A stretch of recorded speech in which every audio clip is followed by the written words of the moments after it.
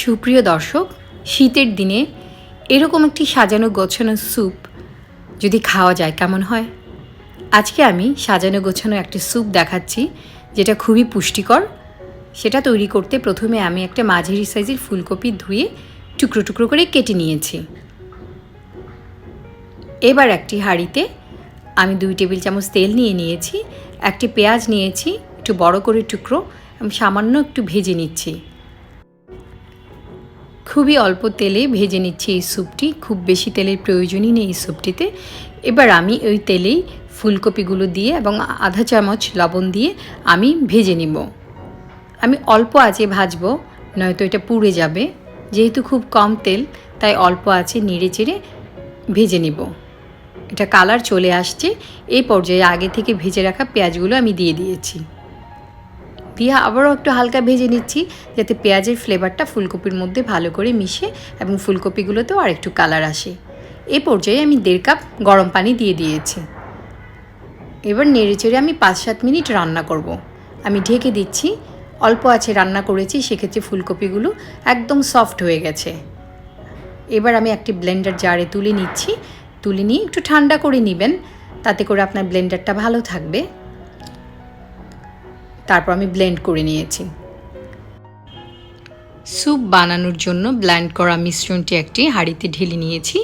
অল্প একটু পানি দিয়ে ব্লেন্ডারের জারটি ধুয়ে এখানে দিয়ে দিয়েছি। মাঝারি আঁচে অল্প করে নেড়ে চেড়ে দিচ্ছি।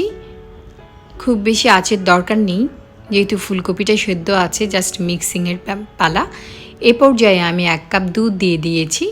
আপনারা চাইলে দুধের পরিবর্তে ভেজিটেবল কিংবা চিকেন স্টকও ব্যবহার করতে পারেন, অথবা নর্মাল পানিও ব্যবহার করতে পারেন। এবার আমি নেড়ে চেড়ে এটাকে একটু আবারও ফুটিয়ে নিচ্ছি। দেখতেই পাচ্ছেন একটু একটু করে বাবল দেখা দিচ্ছে।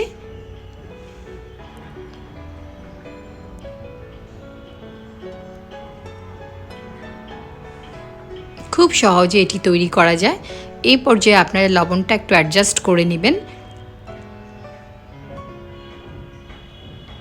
আপনারা যদি ছোট ছোট করে ফুলকপির টুকরো এখানে দিতে চান, চাইলে দিতেও পারেন, কিন্তু এইভাবে রান্না করলে আপনি একটা ক্রিমি একটা টেক্সচার পাবেন, যেটা আসলেই খুব ভালো লাগবে এবং রেস্টুরেন্টের মতো ফিল দিবে আপনাকে। ছোট বড় সবাই খুব পছন্দ করবে। এটা আস্তে আস্তে আর একটু ঘন হয়ে যাচ্ছে। আমি খুব পাতলা করব না, ফুলকপির স্যুপটা আসলে একটু ঘনই বেশি ভালো লাগে।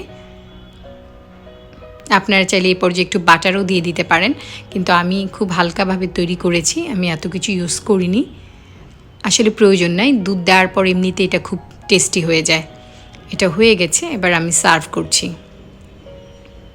দেখেই বুঝতে পাচ্ছেন এটা আসলে কতটা টেস্টি হতে পারে।